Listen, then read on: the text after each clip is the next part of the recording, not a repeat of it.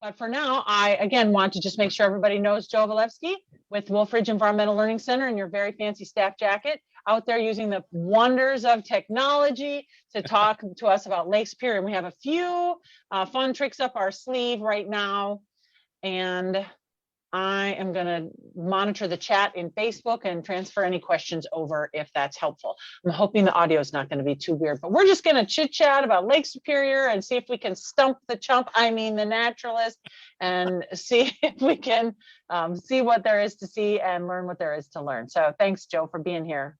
Thanks for having me. Yeah, I'm out here on Palisade Head right now, and we were just chatting about the temperature. And I live a few miles inland where it was in the low 50s, and I was actually in a short sleeve shirt, but came out here on the shore of Lake Superior and the wind's blowing. See.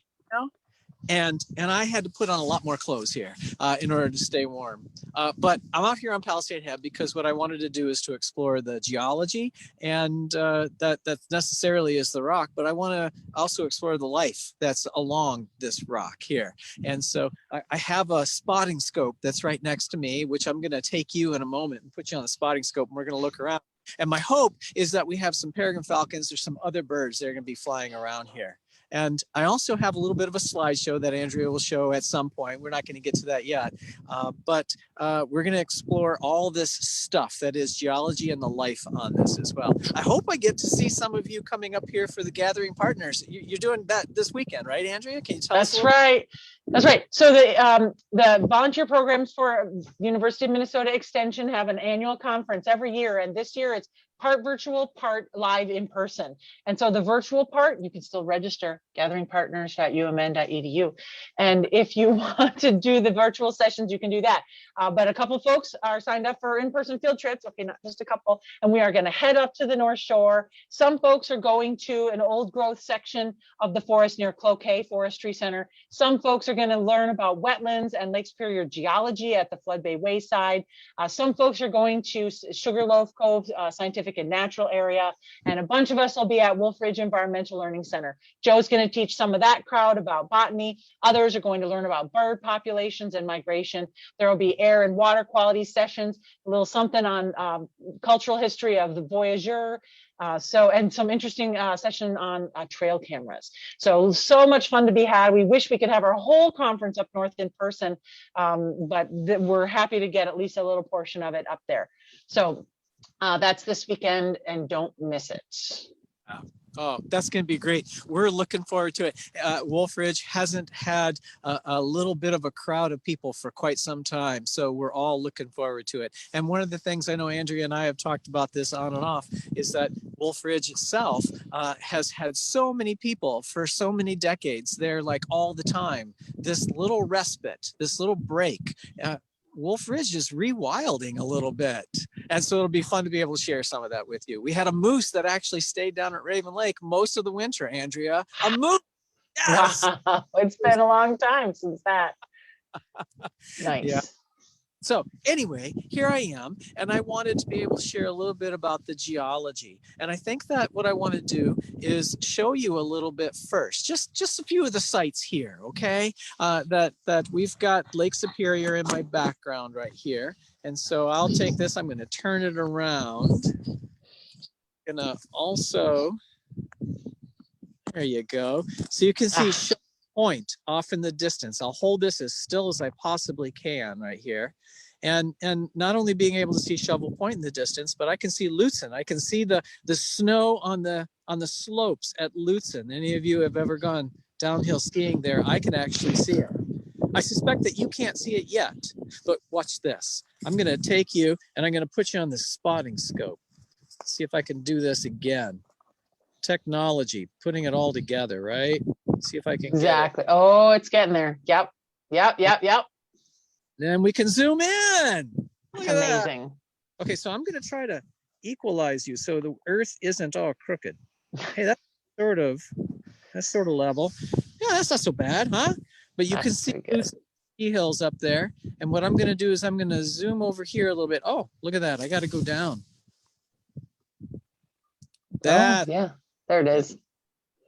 So this is Shovel Point. You can, any of you have ever been out on Shovel Point, you know that deck that's way out there. I can actually see that deck, the structure of it. So that rock just going right down into Lake Superior. And then I'm gonna just go a little slow here. It's talking about the life. Look at that. The thing that blows me away every time I look at it is how the trees grow straight out of that rock. How's that happen, Andrea? I tell you what, it's one of nature's many magical mysteries to me. There's almost no soil, which means any moisture doesn't stay for long, right? There's no soil to keep hold of moisture. And so what? That's amazing. It is amazing. Oh, and then for those of you who are rock climbers, you'll know that I'm pointing right now at the face that is called gold plated.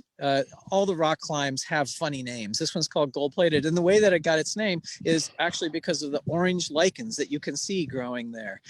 They should have called it orange plated. I don't know why. But anyway, they got those orange lichens, the elegant sunburst lichens, and you can see them there. And then you get further along and there's not so many of them anymore. So it's just out there at the point. What is that about? If it says conditions must be just right out closer to the point. Yeah, and I know that that particular lichen really needs to have a good source of nitrogen, and oftentimes that's because of bird guano. So the birds perching and pooping. I don't know if they only perch out at the end there or what the story is, but definitely at Sugarloaf Cove, there's a point, and that point is completely orange. And we do know that the gulls have traditionally been perched out there. But looking at these cedar trees that are growing right out of the rock. Right? Yeah. Okay, the tenacity to grab onto the little crevices that might hold on to a titch more moisture than another spot. And then they can just grab on. Must be tough going for a tree like that. So this is a fun story, and I'll come back to it with some of the slides. But right in there, and I'm pointing at my phone. You can't tell that's what I'm doing right now. But there's a spot right in there where there's a peregrine falcon sitting on eggs. There's no way we're going to be able to see it. It's so small. But I know that there's a pair that's over there. There's a pair on Palisade Head as well. Their nesting site is impossible for me to show you. So I thought I'd show you from a few miles away. But there's that going on there, and then suddenly we get to the land. There we go. I just thought that would be really fun. So that is pretty cool. Got that. I'm going to take you for just a little bit of a walk here before we come back and do the slideshow. So those of you who have been on Palisade Head, I'm at the far side. If you were up at the parking lot and you took a right and you started walking that way, that's where I am. So I'm walking back towards the parking lot, but I'm so far away from the parking lot, I've got it all to myself. If you ever want sort of a secret spot where you don't have to deal with all the crowds, this is the place to go. There we go. I'm gonna try to hold it nice and still. Okay, that's pretty nice for a secret spot, but how does one get down there? Oh yeah, exactly. It's a tough landing. It is a tough landing. Rock climbing. Yeah, so I think it's about 180 feet. 180 feet? It's over 100 feet from the top all the way down to the water there. So that's a pretty big cliff. There are secret spots to get around. If you go on the far side, there's little chutes that you can go down if you're brave enough. I've been brave enough once upon a time.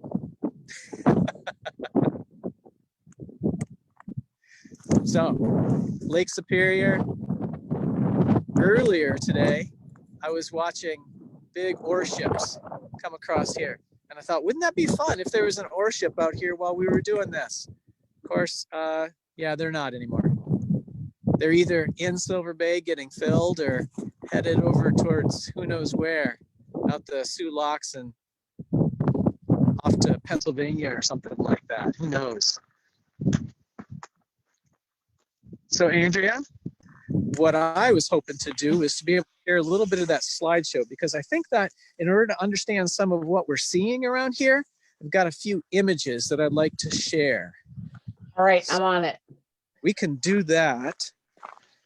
We're going to see what happens here. So I don't know what you can see. I am. All right. Perfect. Good. And just as a little update, there are 5 of us here in the Zoom call and another 5 watching live online. The best thing about this Facebook Live too is that if there are people who wanted to watch it who weren't able to see this real time, then they can watch the recording on Facebook after the fact. So we have some comments. Great view is a comment from Facebook so far.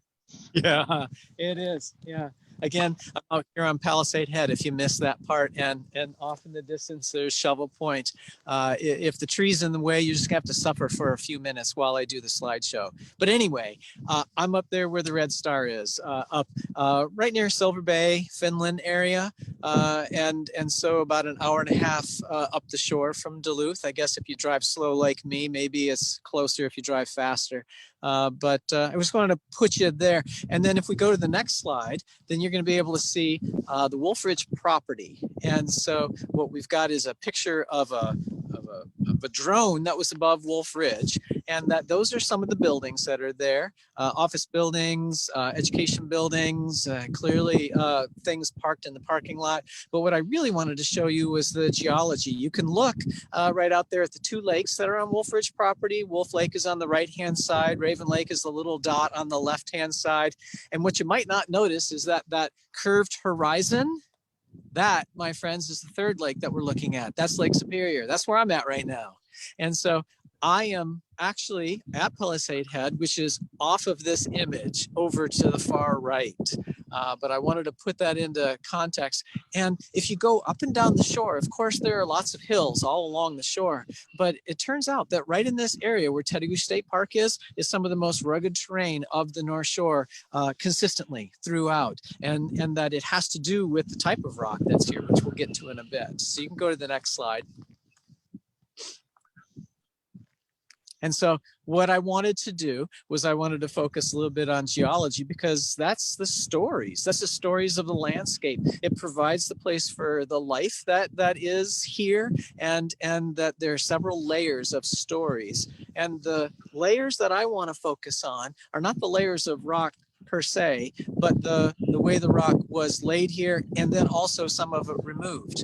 That we are here because of fire and ice, both because volcanism, that we had lava flowing through here, and then also because of ice, obviously glaciers. And that those are the 2 big things that have really formed our landscape here. So you can go to the next one. This is Minnesota. There are 3 types of rock: the sedimentary, the igneous, and the metamorphic. And so that metamorphic rock could be either igneous or sedimentary that's gone through heat and pressure and changed. The igneous is stuff that's coming up out of the ground. Well, I just had something fun fly by here, kind of a bug. That's what happens when you're teaching outside. You're going to have these little moments, right? Where was I? Oh, and then the sedimentary is those other 2 rocks that have been eroded away and then laid down anew, and then the pressure ended up forming rock. And so you can see that Minnesota has all 3 types of rock right there, and that the northern part of the state is where we've got most of that outcrop of the igneous, the bedrock, that we've got a bunch of metamorphic that is there in the center, and then clearly the southern part of the state is sedimentary, the limestone and the sandstone, for example. But if you go to the next picture, then you're going to see that these are the 10 main Minnesota rock types. And so they're further divided. And on my tiny little phone, I can't read a single one of those words, but I hope that you can read some of them, the different types of rocks and the colors. And I just want to emphasize that up here on the North Shore, which is the rock that I'm going to be focused on, is all that igneous rock, and that it shows it as being quite simple. I think there's just 2 little variations of pink that are there. The fact is that Teddy State Park is a mess. Oh my gosh, if you look at the geological map of Teddy State Park, it'll make you dizzy. And that's just a small part of it. If you keep looking bigger, there's even a lot more of a mess. There were so many different volcanic events that were going on, and then different things that were breaking apart. New kind of rock was coming out. It's crazy. So if you go to the next one,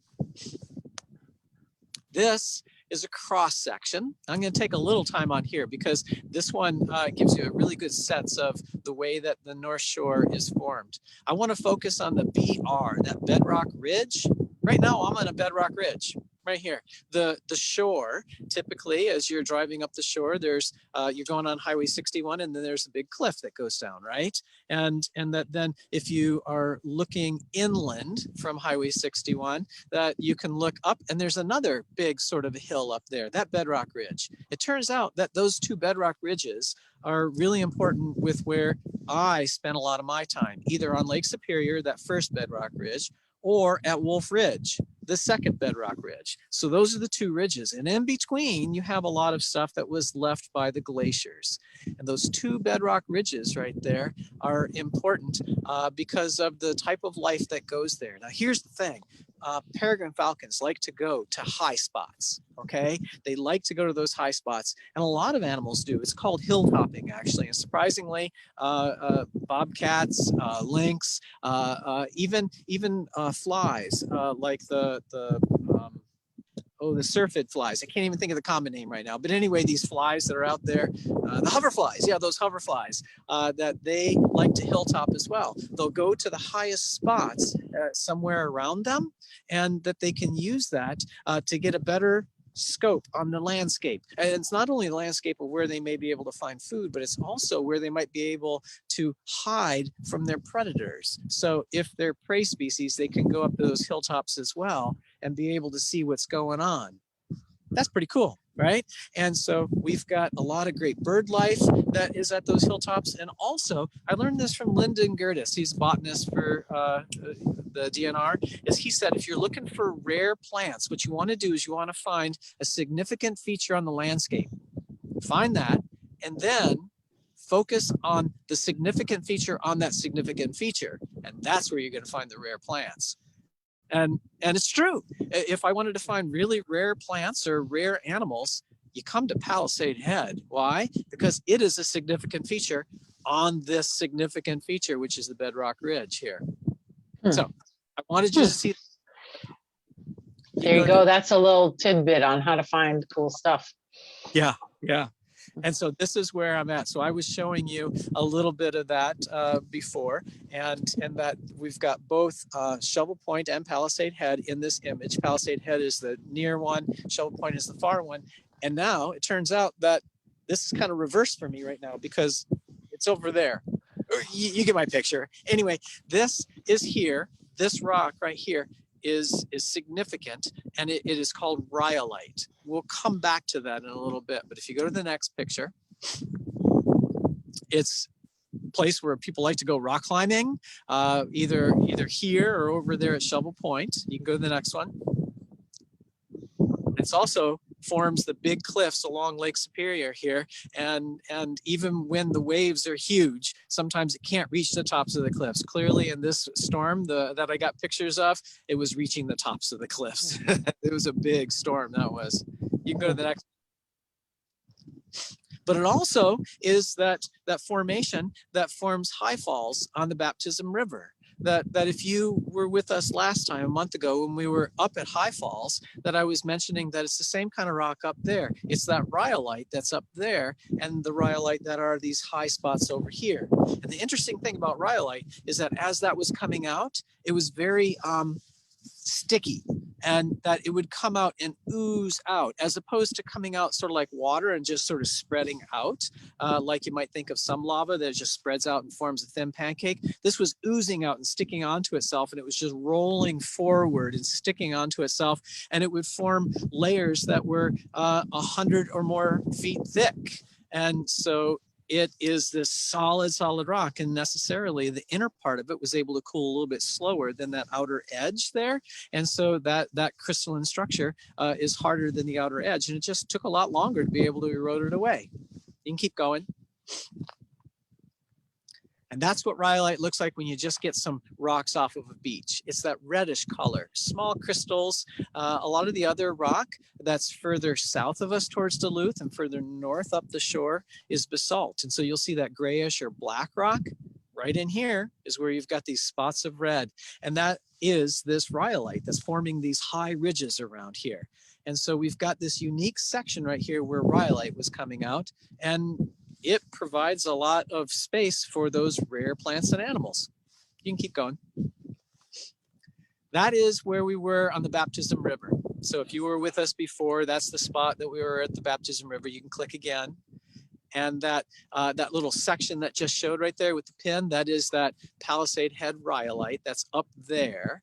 But you can also see the same color when you, that's fine. When you go to the next picture, yep, you did it right. Is that the top arrow is that waterfalls. The next arrow over is Shovel Point. That's what we're looking at behind me. And then the bottom arrow, that's Palisade Head, where I'm at right now. And that if you can sort of see, right now I'm having a hard time telling the different colors of green on this little phone right here, but the same color of green that's all Rhyolite. And Rhyolite is only really in this section of the North Shore. Again, basalt, and Rhyolite here in the center. So you can keep going. Why does that all matter? Well, it's because there are plates moving around, and I wanted to get to this a little bit. I wanted to lay the scene here that we had all this volcanism that was going on here, and typically that only happens on the edges of plates. And if you look at that, the North American plate, it doesn't have a line down the center where Lake Superior is, but once upon a time it did, and it was splitting. So you can go to the next one.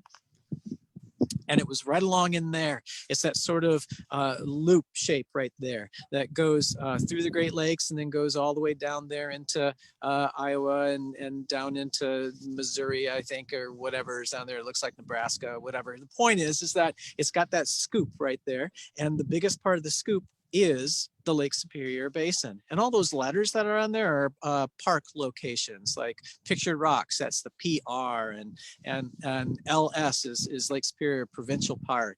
Well, we've got T way over there, that's where I'm at, Tedagouche. We've got Cascade River, CR. We've got GF, Gooseberry Falls, there we go. So you can get a sense that we're right in that section right there, and that you can see where that igneous rock and the sedimentary rock. So there was sedimentary rock going on here. And if you go on the South Shore, Pictured Rocks is all about sedimentary rock, right? But the North Shore of Lake Superior is all about igneous rock. It turns out there used to be that sedimentary rock on top of this, but that got eroded away. And here's the thing, I still find this hard to believe, but this is what I read over and over again, is the northern side of Lake Superior is rising. The southern part of Lake Superior is rising too, but it's rising a lot slower. So the northern part is tipping over faster. That's what they tell me. And so the northern part of Superior... That's blowing my mind just a little bit. Yeah. Is that it's spilling over there, and so these cliffs thousands of years from now will be even higher, apparently, than they are now. And the southern part is going to be constantly eroding away, and that sandstone is going to be turning into beaches. So, Joe, we do have a question in the chat, and I want to give you the chance to either answer it now or as your slides progress. So how does the rock or soil types of the North Shore impact the lakes that are there? Maybe Lake Superior, but also the inland lakes. This commenter is saying that I always assume there's more iron there, which makes the water look reddish compared to the clear blue we see in the lakes of central and western Minnesota. But is that really the reason?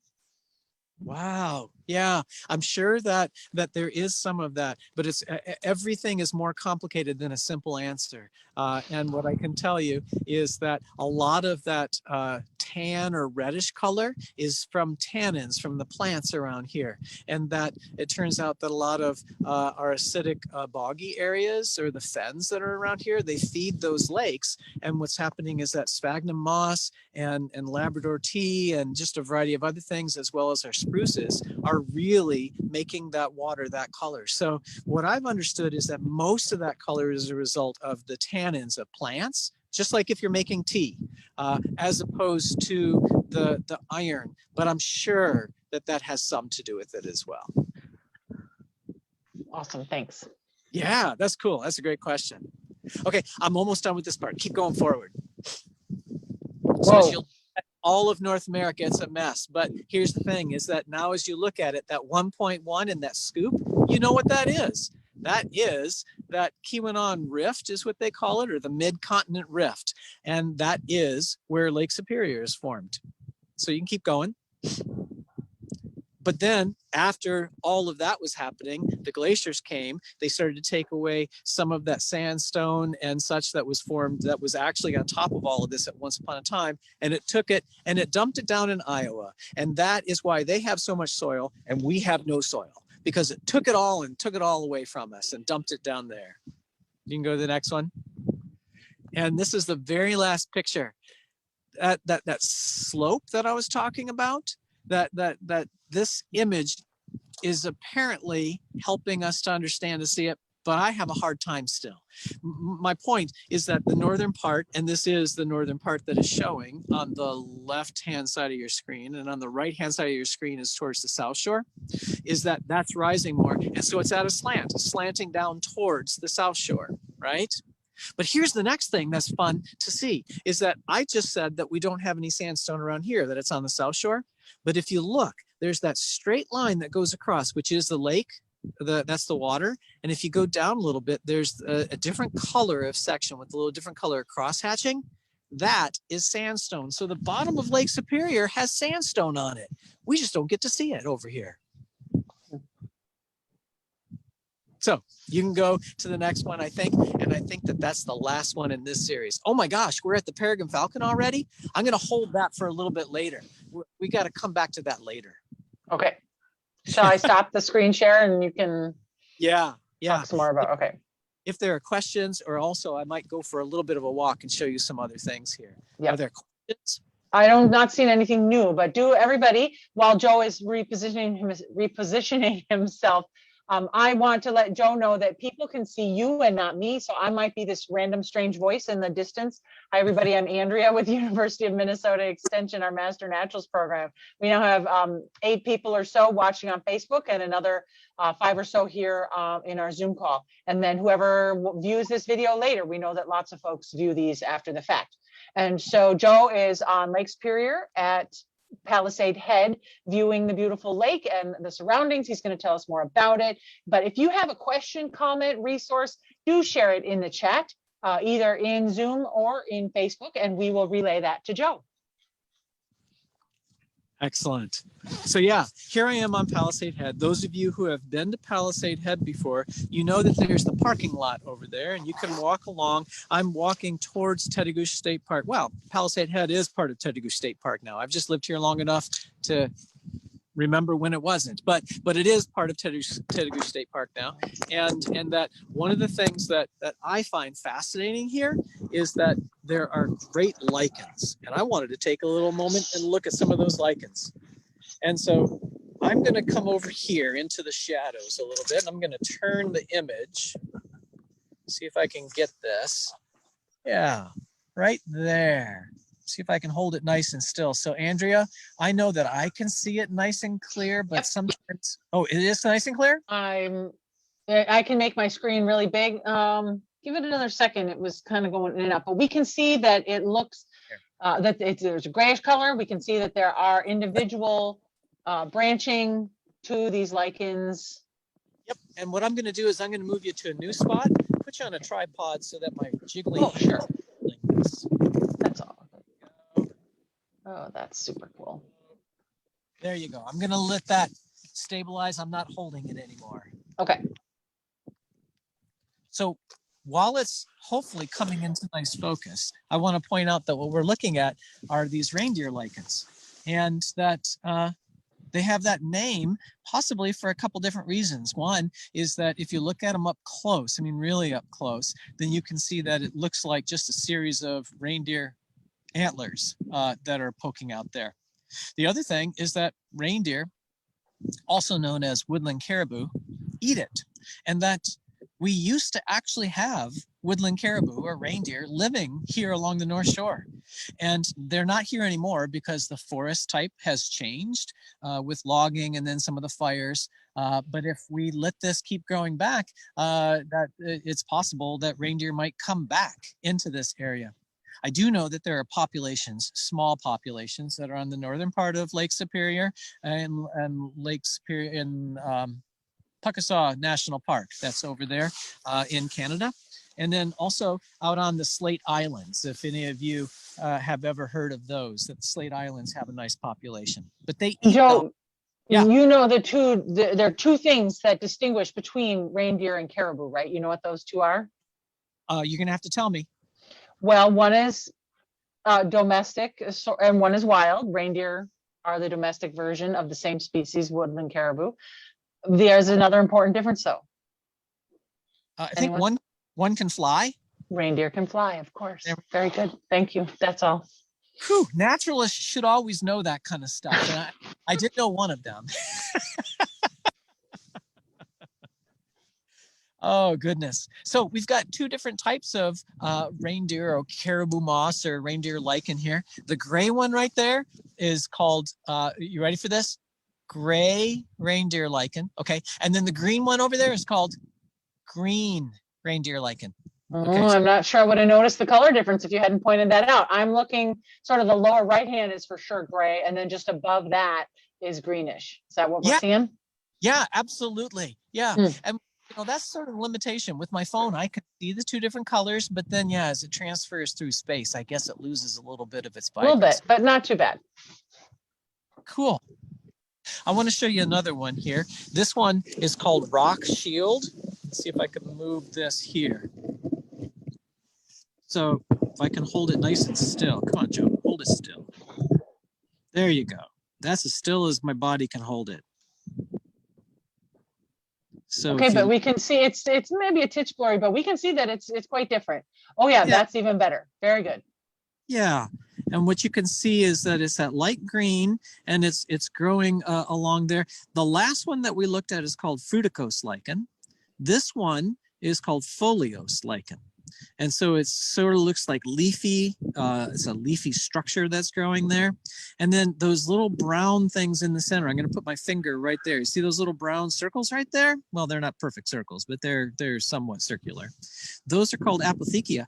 And that is where the fungal spores come out, so that then those fungal spores can hopefully land on an algae someplace and form another lichen.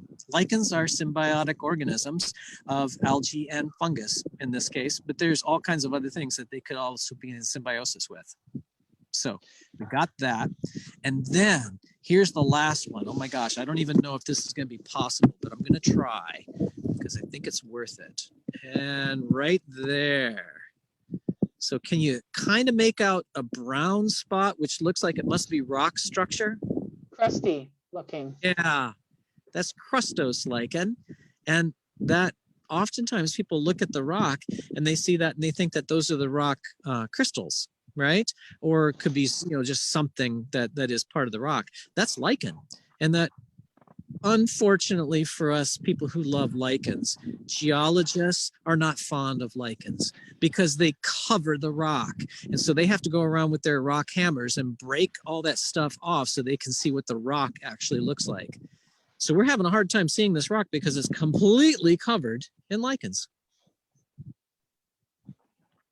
So Joe, you're going to have to explain just a little more. You call them reindeer lichen and now you're calling them fruticose lichen. What's the deal with that?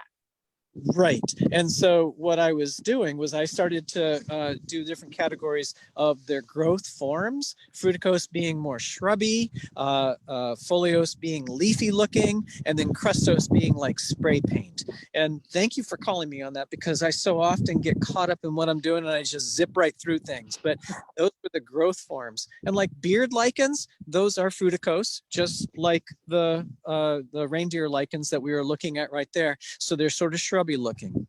Other different types are like the common green shield that'll grow on your oak trees down there. That you'll see those green leafy circles that are growing on the bark.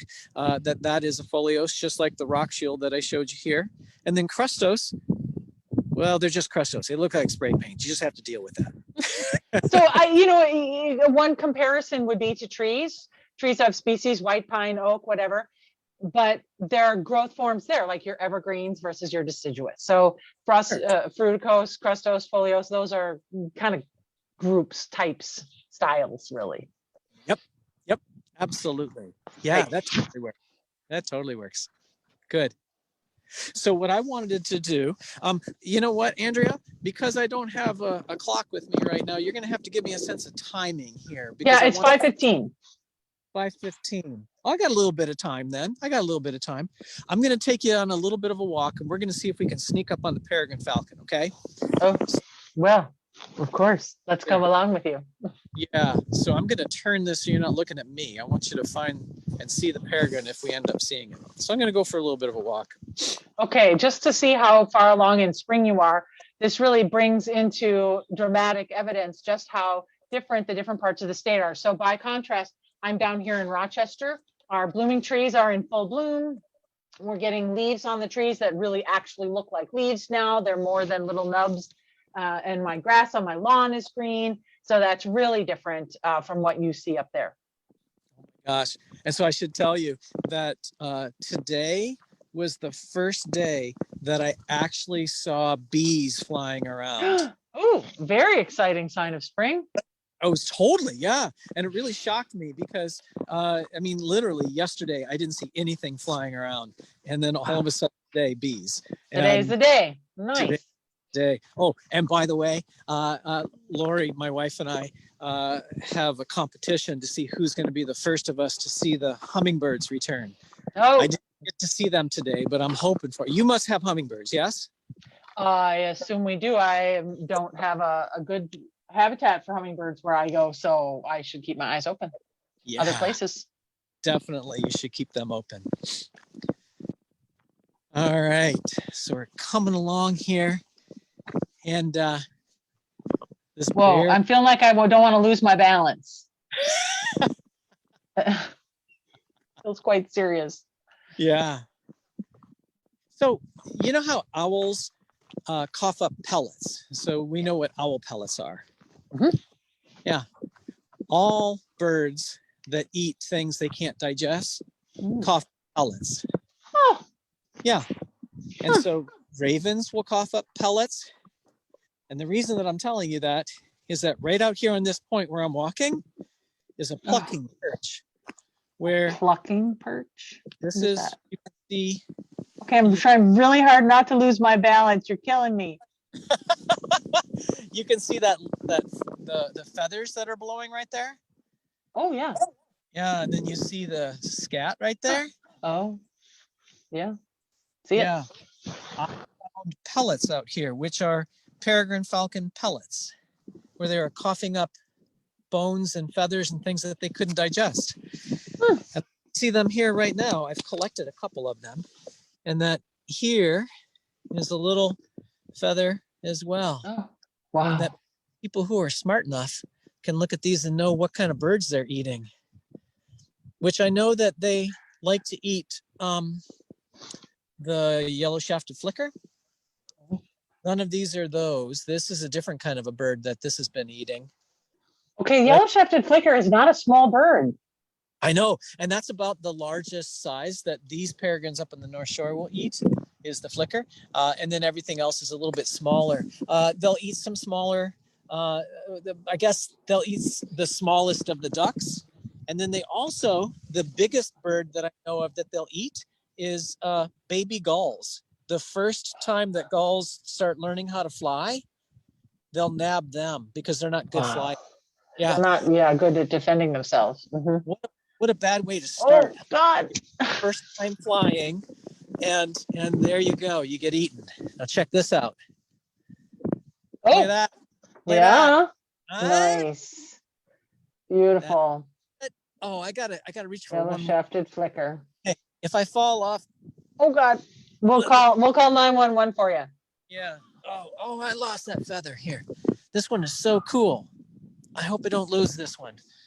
All right, so this one, I don't know what this is, but if you look at it, see that black spot there? Yeah, look at that. That's really distinct. I don't know, maybe this is flicker as well, and just a different part of the body. Somebody who knows your birds, feel free to chime in here. Yeah. I don't know.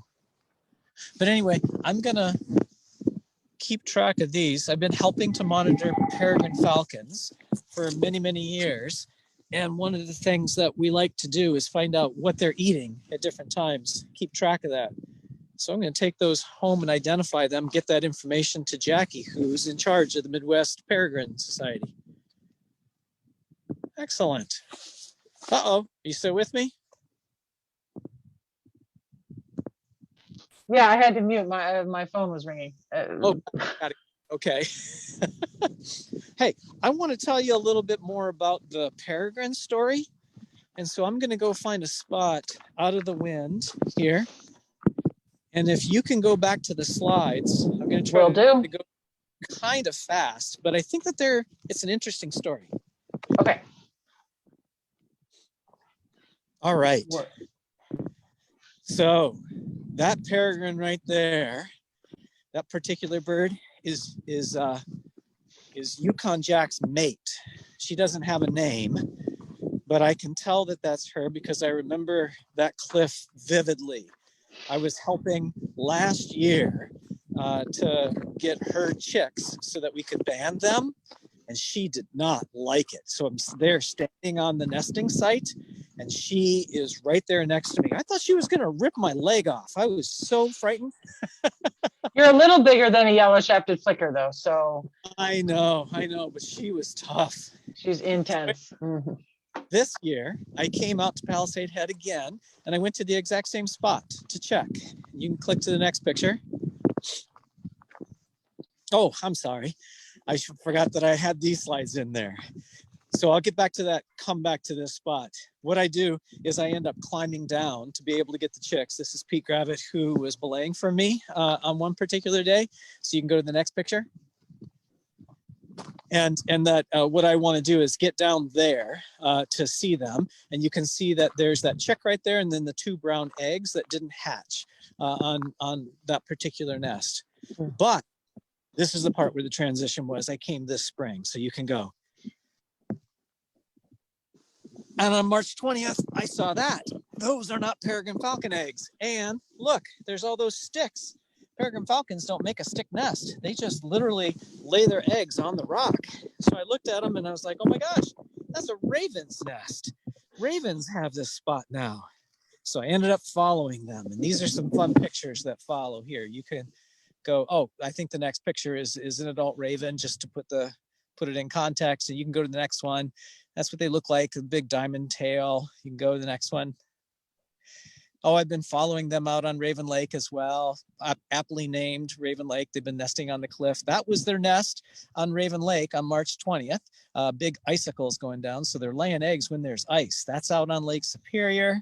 And the next one is the spot that I was talking about from above. I was laying on the edge of the cliff looking straight down.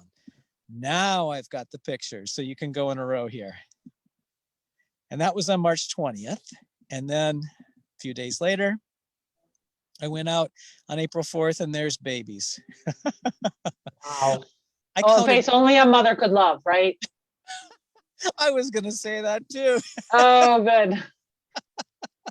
But you can see that there's 5 of them. And so then go to the next one. When I was out there on April 13th, I could only count 4 heads. And I thought, oh, there must be one buried underneath there. They're just starting to get some of their feathers. You can go to the next picture. Still only 4 heads. Huh. So you can go to the next picture. Still only 4 heads. Well, now I'm figuring we must have lost that other one. And then on May 6th, I think was the last time I got pictures. They're starting to look like real ravens now. I figure that today possibly or sometime this week is when they're going to fledge their first flight. And they have to jump off of a cliff. They're a good 80 feet down to the water from that spot. Oh my gosh, what a scary beginning. Wow. So you can go to the next picture. But this is what I am looking for. And I want to tell the story of peregrine falcons because that's a big story around here. Now, up until 1989, I think that was the first wild pair that was nesting on Lake Superior. And it was on Palisade Head. So this is not that individual, but this is just such a compelling picture to look at that. Like, wow, there's a story there, huh? So I was able to be here in 1989 to watch that first pair. And since then, I've been on the team that continues to help to monitor the peregrine falcons along the North Shore. So you can go to the next picture. You can see that they're spread throughout North America, that they go down to the southern parts and into Central and South America for the winter. And that orange is where they breed. And that there's this tiny little orange sliver along the northern part of Lake Superior, which is the North Shore. And that it's a historical place where they would have been, but they were extinct up here. So that's called extirpated when they're extinct from a region. And the reason is because of DDT and other pesticides that were being used that were making their eggshells really thin. And you can imagine that if all you do is you lay your egg on a rock and then you sit on it, you have to have sort of a stout egg, right? And that wasn't happening. So they were crushing their eggs. So they went extinct, extirpated from this area. You can click to the next picture. But in 1981, they started releasing some. And you can see that bluish section down there, and it was increasing. And then by the early 90s, they stopped doing the release because the wild birds were producing just fine. Wolf Ridge was associated with all of this in 1986, 1987, and 1988. And then in 89, they released some birds, but then the pair came back to Palisade Head, and they were going inland looking for food. And they started chasing the younger birds. So we fetched them out of there and took them to a different spot in Minnesota and released them, finished releasing them from that spot. You can see the population is doing great right now, that there are likely going to be 25 pairs on the North Shore that I get to help band this summer. So climbing at 25 different spots to be able to get the chicks, and we can put the bands on. You can click to the next one. And so you can see the yellow spots. This is a 2007 map, and those yellow ones are wild pairs that are nesting on cliffs. The different colors there, oh, before I go on to that, you can see that there's yellow down around the Twin Cities, the bluffs along the Mississippi River.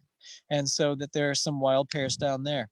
Okay, they're all wild pairs, but in the peregrine falcon world, when you're watching them, when they're nesting on human-made structures, they end up not really being referred to as wild nesting birds, that they're nesting on human-made structures. So red, let me see here. Red is buildings, blue is bridges, and black is a ridge on the edge of a smokestack. That's what those all are. So you get a sense that most of the Midwest is on human-made structures. You can go to the next one. You can see that 23%, this is in 2019 data, 23% are nesting on cliffs. They're wild birds, in other words. And on the bridge buildings and the smokestacks, they use different colors for that. What weird people. Anyway, that those are like over 75% of them nesting there. You can go to the next one. So in the spring, I come out with my spotting scope, look on Palisade Head to see what I can see. And the next picture is what you're going to see that I'm looking for. And it's hard to see, right? But there's a little white dot on that birch tree there. The next picture is zoomed in. So that's what I'm looking for. They camouflage right in, and that they like to perch up on top of those. I think that it's possible that they choose those trees because they have nice perching spots, the dead end of a birch tree, birch snag, but also they blend right in. And so maybe prey species don't notice them as well. And so that's a good spot for them to go. So hilltopping is the term where you go to a high spot. You can also treetop, I suppose, but they still call it hilltopping. I don't know why. If you go to the next picture, this is Yukon Jack. And that is the bird, that's the male that I was talking about, that he doesn't like to perch on trees. He likes to perch right on the rock here on Palisade Head. And so every single time that I've ever seen him, I've never seen him perched in a tree. It's always on the cliff edge. You can go to the next one. As soon as we find them, we talk to the park and say, hey, put the sign up. Let's make sure that we don't bother them right now. And so they do have signs up in a couple different spots, though we haven't found the exact nesting spot for them on here. We have a general idea. And then we keep watching them for the next picture, for when they lay their eggs. And again, they just lay those 3, it's between 2 and 4, you know, sometimes there's 4 eggs, and they'll just lay them either right on the soil in that case where it looks like there's a little bit of soil, or literally right on the rock. And that you can see that they'll scratch the soil a little bit to create a little bit of a divot. But what's fun is that the eggs are pointier than chicken eggs. You know, when you lay a chicken egg down, it doesn't always roll straight. It rolls a little bit in a circle. Well, these peregrine falcon eggs are even more circle rolly. I don't think that's a phrase, but I just made it up. You can go to the next one. Eventually they hatch. And again, that's what they look like their first day out, right?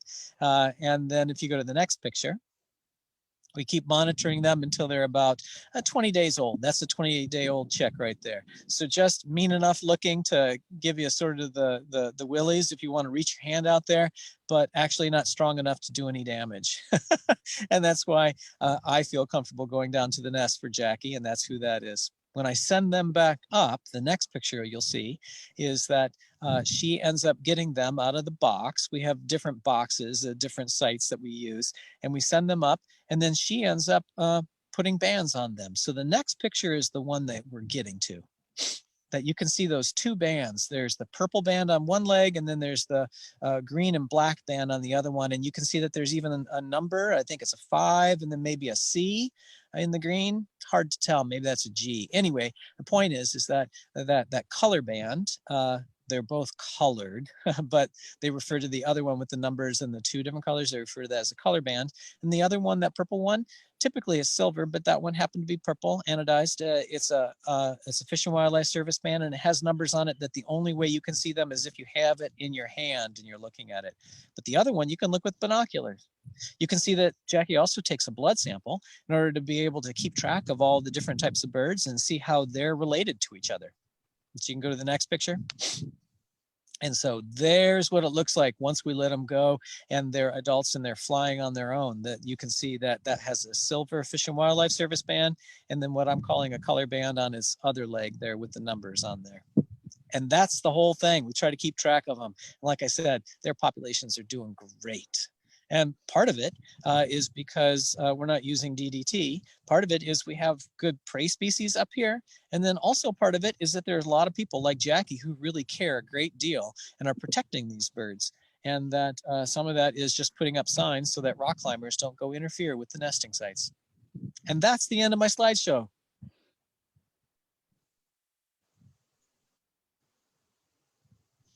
So thanks for sharing that, Andrea. What I wanted to do was I wanted to take you a little bit of a walk here to see Palisade Head. I wanted to show you a little bit of lichens that are growing here, tell a little bit of the story of the birds that are living up here as well, and just encourage people when you're up on the North Shore to explore these spots, but to take care where you're walking so that you don't step on the lichens. Take care where you're walking so that you aren't bothering the Peregrine Falcons as they're nesting. We can come out here and we can enjoy them without doing any damage to their populations. I know we can. And Palisade Head is one of those great examples where they're doing great. The lichens are still doing great out here. The peregrines are doing great. But if we overlove a spot, obviously, then it's not going to be that way. So, Andrea, I've lost complete track of time now. Yeah, it is 5:30, but that's okay. We've got a couple folks with us still. So please don't be shy, people. We're doing this for you. We love to hear what questions you have, what impressions you have, what are the things that are striking. If you want Joe to feature something or show something on he's just standing out there with the cell phone. We're just sitting here on our Zoom call. So give us something to do, look at, talk about. I want to be sensitive to your time, Joe. So tell us if you got to go. But honestly, a lovely quiet afternoon on Lake Superior. I'm not turning that down. Pretty cool. I put in the event description, I know you want to hear the splashing of the waves and feel the breeze on your face. Like, okay, that's what I want. And of course, we're not going to feel that in a Zoom call or a Facebook Live. But boy, it just is so refreshing to share that experience virtually. So people, help us out here. Post a question so we can stay on a little bit longer. Post a comment, an observation. Looks like Pam signed off, so we'll say goodbye to them. And we're just going to wait for some comments to come in, people. Yeah.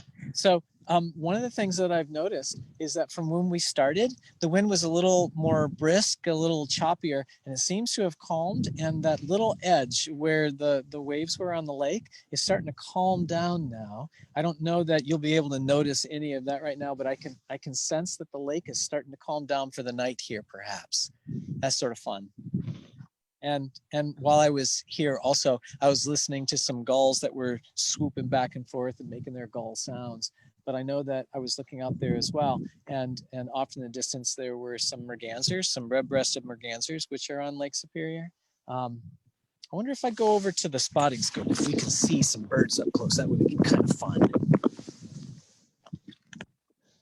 Yeah, let's talk a little bit more about, while you're walking, about the nesting of peregrines. How long does it take for those babies to be able to fly and kind of secure their own food? Yeah, well, they don't really secure their own food for a long time. Whether you're a raven or a peregrine falcon, you depend on mom and dad a lot, well into even you flying. So it's not till later in the summer, and I don't remember the number of days that it is, but I think that they sit on the eggs for near 20 some days, like nearly 30 days they're sitting on the eggs, and then they hatch, and then I think it's like high 30s, early 40s from hatch, that number of days before they fledge their first flight. So it's a ways in there. So that's why they have to lay those eggs when it's cold. I mean, they're laying eggs and sitting on them and there's snow falling on them, right? That's a long time of being vulnerable, though, for those babies to be completely unable to fly off, to evade a predator themselves, or to go and get food if something were to happen to mom and dad. That's a long period of vulnerability. So that indicates, that's a clear indication of a predator species. Your prey species, if they're not able to, you know, drop and run within a couple of hours, they're going to be, you know, lunch for a predator, a bear, a wolf, a whatever, a fox, a coyote, whoever. Okay. So that's an indication that they're living a little bit comfortably. And you know what? As you said all that, this seems more obvious to me right now, but as you said it clarified it as well. They have to fend for themselves for so long. Not fend for themselves. They have to have parental care for so long that it's a good idea to nest in a spot where other things can't prey on you when you're vulnerable. And so nesting on the side of a cliff seems to be a pretty decent spot, right? You're not going to have weasels that are going to crawl down the side of a cliff if it's a sheer cliff and get you. Huh. All right. The only thing that I see out there right now is a lone gull, it looks like, that's just sort of floating off there. Let me see if I can get this in scope here. I'd like to be floating in the warm afternoon air myself. Yeah. Let's see here.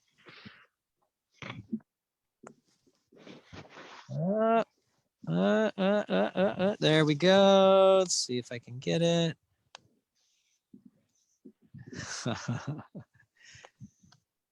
It's never going to sit still for us. No. Do you have experience using a spotting scope, Andrea? I can't help you out. Yeah. So they're tricky though to find what you're looking for. Yeah, you're like, okay, I can do it when nobody's watching me, but as soon as I've got somebody standing next to me, and in this case, you're standing next to me now, I'm like, oh man, I can't even use this thing anymore. It's so funny. Where'd it go?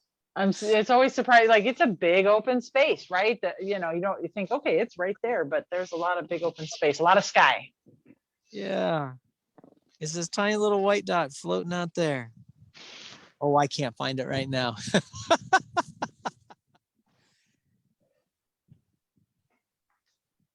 You can keep playing around with that. I'm going to transmit another question.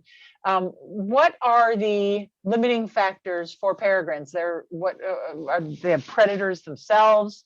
What are the things that limit a peregrine's population? We talked about DDT, so human activity for sure. Yeah, definitely human activity. But then there's also the prey species, right? So they have to travel a good distance. And then there's the competition amongst each other, right? And that was one of the things that was curious. Early on, as people were keeping track of the peregrine falcons, they were just like, you know what? I don't know. It might have to be a good 10 or 12 miles before we can get to the next peregrine nesting spot. And lo and behold, we ended up finding out that it can only be 2 miles now, because there's clearly enough food for them to be able to survive. That on the North Shore now, there are several of examples of peregrines nesting 2 miles between each other. So it wasn't space after all. We thought it might be. So let's see here. It's just sort of fun to play with this. Mm-hmm. Oh, where did it go? It was there for a moment. Oh, I see a little white spot there.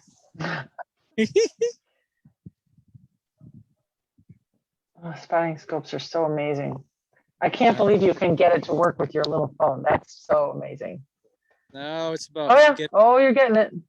it goes in and out of focus, doesn't it? Darn water keeps moving. Would you tell the water to sit still, please? Right. Isn't that funny? Our technology is trying to adapt to do what it thinks it's supposed to do, when in fact, I just want it to stay in one spot. Quit changing. Yeah, I don't know. The lake is creating that illusion that it's supposed to keep focusing in a new spot. That's beautiful, though. Just even the blues and the, water. Oh, Yeah, lovely. it is lovely. I got to tell you that I was teaching a birds class, a group of third graders, just a couple weeks ago. And I was out here on Palisade Head, and I wanted to find the Peregrine Falcons. And frankly, I thought to myself, what's there the chance that Peregrine Falcon is going to fly by and land during this half hour that I have to teach this class? 5 minutes in, Peregrine Falcon landed not too far away from me. It zoomed in, boom. It was just like everything was going perfect. Wow, folks, you got to pay extra for that. Yeah, no kidding. Cool. They're going to think you're the Peregrine Whisperer. Yeah, well, I think that one class does. Yeah. And that teacher just thought that I was just such magic. You are magic, Joe. You are. Hey, let's go back to lichens for a sec. One commenter is saying that in Alaska, reindeer lichen only grow about 1/4 of an inch a year. Is that true in Minnesota as well, or any idea how fast it does grow here? Yeah, that I have read that a lot of the research has been done in northern in the northern area. Oh shoot. Well, right? Now you're breaking up a little bit. Wherever you just moved to is not as good a transmission. Oh, that's too bad. I got closer to the big tower. Oh, weird. Well, maybe all the cars driving by are sucking up all the Wi-Fi. No kidding. Can you hear me kind of okay right now? Pretty good. Yeah, now it's good. Okay. Anyway, a lot of the research is where they're moving their reindeer herds around, and that what I've understood is that they have to let about 50 years go by before they can move reindeer into that same kind of grazing area. So it takes about 50 years to grow. And what I read also was enough to give me the sense that if I was looking at a tuft of it, and it was like half of a volleyball, not a volleyball, a softball, half of a softball size, the little tuft, that's what was able to grow in 50 years. So that was a long time ago. I figured that sort of translation, and I don't remember, but it grows really, really slow. So will climate change make that go faster if it's a little bit warmer, a little bit less harsh conditions, or will it make it harder to grow? Right, because there's so many different factors that play into it. Lichens are really limited by the moisture, and so sometimes it's about that humidity. And so if it's warmer and drier, then that warmth isn't going to help. It could be warmer and wetter, at which point then that would help. And I suspect that it's different for each species as well. Yeah, I think you're launching into my lack of knowledge right now. That's such a small area. It's unexpected to wander into that. Oh yeah, right. Yeah. Hey, talk about a big. Yeah. Oh, you are really breaking up now. We can even see this the is where cell I tower. walked over to. I wanted to be able to show you again. And now you're back. Okay, very good. You quoted some growth rate. I think it was of the lichens that grow right on the rock faces of Lake Superior. Was that like the 1/4 an inch a year? There was something you quoted one other time. Yeah, I'm going to walk back up here a little bit. Maybe I'm just in a spot. Anyway, that there was one, the yellow map lichen. So if you're along the shore and you got to be closer to the water down there to have it, it's not going to grow up here. But that can grow 0.01 millimeters a year. Yeah, 0.01 millimeters a year. 1/10 of a millimeter. It grows super, super slow. And so it's also very long lived, that the oldest examples of that are over 4,000 years old. And And so they use that particular species to be able to figure out how old it is and to age surfaces when maybe there was a rock fall or when the glaciers left or something like that. So iconometry is a way to be able to age surfaces by how fast that particular one is growing. That yellow map lichen, yeah, so wow. Somebody had to sit there and watch that lichen for 100 years and measure the growth every year. Isn't that crazy? The patience of scientists, right? Passing on what you notice to other scientists so they can continue the research. Yeah. How fun. Well, Andrea? I think we've burned up more than our time. So this has been super fun. Yeah. Yeah. Let me see if I can do one more thing. I want to show you the South Shore, and we'll do that and then say goodbye. All right, let's hope that we have good connection. Can you see the South Shore at all? Oh, the surface where the lake meets the horizon is what we're looking for. Yeah. Wow. It is a clear, clear day. Yeah. I got to make my screen larger so that I can. Wow. That's some, just even that view is so amazing. What luck we had. It could have rained. It could have.